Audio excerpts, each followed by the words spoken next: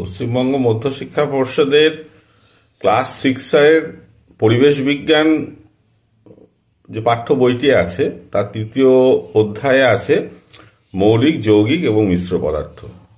এটা চ্যাপ্টারের নাম।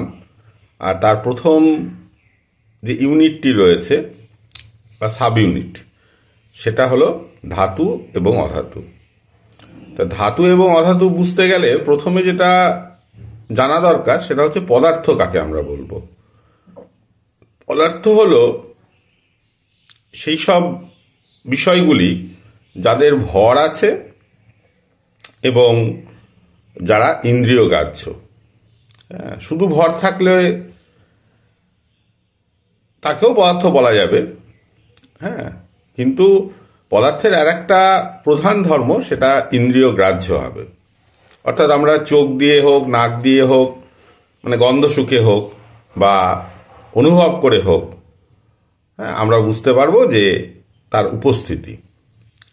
যেমন শব্দ, সে তো আমরা শুনি, কিন্তু শব্দকে আমরা পদার্থ বলতে পারবো না। তার কারণ তার ভর নেই। শব্দ একটা শক্তি। আলো আমরা দেখি, সেটাকে আমরা পদার্থ বলতে পারবো না। সেটা হচ্ছে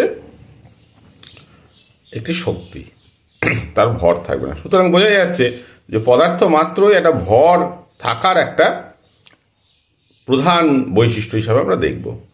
তা পদার্থ অনেক রকম হয়, মৌলিক পদার্থ, যৌগিক পদার্থ, মিশ্র পদার্থ। সেগুলো আমরা এই চ্যাপ্টারের পরবর্তী অংশে আছে। যেহেতু আমরা সাব ইউনিট ধরে আলোচনা করছি, সেই কারণে প্রথমে আমরা ধাতু এবং অধাতু, যেটা ক্লাস 6-এর জন্য আছে, সেটাকে নিয়ে আমরা বলি। ধাতু এবং অধাতু বলতে গেলে আমরা প্রথমে এটা বুঝে নিই যে মৌলিক না যৌগিক পদার্থ।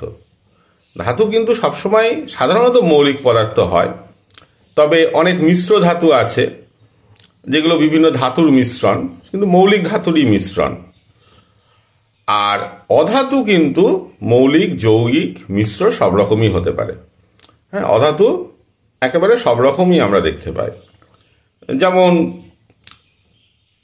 অক্সিজেন গ্যাস অধাতু, এটা মৌলিক পদার্থ। জল একটা অধাতু, এটা যৌগিক পদার্থ। আবার শরবত আমরা যদি খাই, চিনি, লবণ, জল দিয়ে, লেবুর রস দিয়ে যদি শরবত খাই, তাহলে সেটা একটা মিশ্র পদার্থ হয়ে গেল। তাহলে এইভাবে আমরা যদি ভাবি, তাহলে প্রথম যে ধাতু এবং অধাতুর বৈশিষ্ট্য আমরা যদি একসাথে আলোচনা করি, তাহলে ধাতু হলো সাধারণত যৌগিক, মৌলিক পদার্থ, আর অধাতু যৌগিক হতে পারে, মৌলিক হতে পারে, মিশ্র পদার্থ, তিন রকমই হতে পারে। আর ধাতুর যদি আমরা বৈশিষ্ট্যগুলো দেখি, তাহলে দেখব যে ধাতু মাত্র ভারী হয় সাধারণত, ধাতু শক্ত হয় সাধারণত, ব্যতিক্রম কিছু আছে সেগুলো বলছি। ধাতু কঠিন, তারপরে ধাতু তড়িৎ পরিবহন করতে পারে, ধাতু তাপ পরিবহন করতে পারে। অর্থাৎ ধাতুর মধ্যে দিয়ে বিদ্যুৎ যাবে, ধাতুর মধ্যে দিয়ে তাপ যাবে বলে ধাতু খুব তাড়াতাড়ি গরম হয়ে যাবে। ধাতু সাধারণত তড়িৎ পজিটিভ হয়, অর্থাৎ ধাতব পদার্থগুলো সাধারণত তড়িৎ ধনাত্মক হয়ে থাকে। তাহলে এই বৈশিষ্ট্যগুলো আমরা, ধাতু চকচকে হয়, ধাতুতে আঘাত করলে একটা ধাতব শব্দ হয়। আমি যদি একটা 1 টাকার কয়েন ফেলি মাটিতে, তাহলে সেটা টং করে একটা আওয়াজ হলো, তাহলে ধাতব শব্দ। কিন্তু একটা কাঠের টুকরো ফেলে কি আর টং করে আওয়াজ হবে? সেটা হবে না। তাহলে এই বৈশিষ্ট্যগুলো হচ্ছে ধাতুর ক্ষেত্রে আমরা দেখতে পাই। ধাতু প্রসারণশীল, ধাতুকে তুমি পিটিয়ে পাতলা পাত তৈরি করতে পারবে। তুমি কাঠ পিটিয়ে কোনোদিনই পাতলা একটি পাত তৈরি করে দিতে পারবে না। এইগুলো এরকম ধাতুর বৈশিষ্ট্য বলতে গেলে অনেক বৈশিষ্ট্য বলা যাবে, ক্লাস 6-এর জন্য অত লাগবে না। তাহলে এই যে বৈশিষ্ট্যগুলো বললাম, ধাতু কঠিন, ধাতু চকচকে, ধাতব শব্দ হয়, আঘাত করলে তড়িৎ পরিবহন করে, ধাতু সাধারণত তড়িৎ ধনাত্মক হয়, ধাতু তাপ পরিবহন করে, ধাতুকে পিটিয়ে পাতলা পাত তৈরি করা যায়। এগুলো ক্লাস 6-এর জন্য যথেষ্ট বৈশিষ্ট্য হিসেবে মনে রাখার জন্য। আর অধাতু যদি আমরা বলি, ঠিক তার উল্টো। অধাতু সাধারণত কঠিন হতে পারে, তরল হতে পারে, গ্যাসীয় হতে পারে। যেমন ধরো জল তরল, কয়লা অধাতু কঠিন, হ্যাঁ, বাতাস অধাতু গ্যাসীয়, তারপরে অধাতু যৌগিক, মৌলিক, মিশ্র 3 রকম পদার্থই হতে পারে।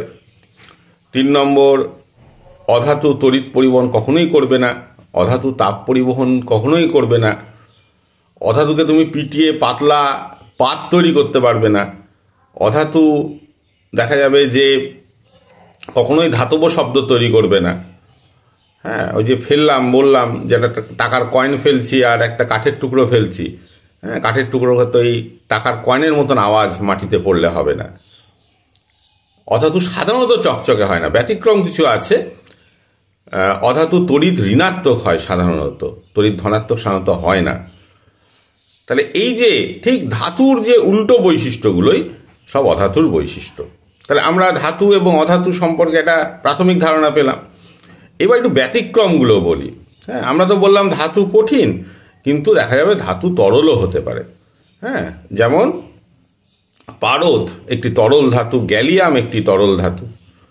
তারপরে আমরা বললাম যে ধাতু সাধারণত তড়িৎ পরিবহন করে, অধাতু করে না। কিন্তু অধাতুর মধ্যেও দেখা যাবে যে কিছু অধাতু আছে যেগুলো কার্বনের রূপভেদ দ্বারা তড়িৎ পরিবহন করতে পারে, যেমন গ্রাফাইট, তারপরে গ্যাস কার্বনেরা। গ্রাফাইট তো তোমরা সবাই দেখেছো। গ্রাফাইট কোনগুলো? ওই পেন্সিলের শীষটা গ্রাফাইট। পেন্সিলের শীষ কিন্তু তড়িৎ পরিবহন করবে, পেন্সিলের কাঠটা করবে না, কিন্তু পেন্সিলের শীষ তড়িৎ পরিবহন করতে পারবে। হ্যাঁ, তাহলে এই যে বৈশিষ্ট্যগুলো অধাতুতে সাধারণত আমরা বললাম যে আলো পড়লে চকচক করে না, হ্যাঁ, একটু অনুজ্জ্বল হয়। কিন্তু দেখা যাবে যে গ্রাফাইট এবং তোমার আয়োডিন, এই দুটো অধাতুর ক্ষেত্রে কিন্তু তোমার আলো পড়লে চকচক করবে। হ্যাঁ, ধাতুর ক্ষেত্রে দেখা যাচ্ছে যে তরল ধাতুও যেমন হচ্ছে তেমন কঠিন ধাতুও হচ্ছে। অধাতুর মধ্যে আয়োডিন একটা এমন একটি অধাতু যে তরল, কঠিন, গ্যাসীয় 3টে অবস্থাতে আমরা পেতে পারি। আয়োডিন সাধারণত কঠিন, কিন্তু তাপ দিলে তরল অবস্থাতে আসে। আবার বা জলে একটুখানি গুলে নিলে তরল হয়ে যায়। আবার অধাতুকে আয়োডিনকে বেশি তাপ দিলে সেটা কিন্তু আয়োডিনের বাষ্প তৈরি করে। হ্যাঁ, তাহলে সেগুলো দেখা যাচ্ছে যে তোমার 3টে অবস্থাতেই অধাতু থাকবে, এরকম একটা উদাহরণ। আর একটা জিনিস বলি যেটা তোমাদের ক্লাসের জন্য ঠিক নয়, সেটা হচ্ছে যে ধাতুকল্প।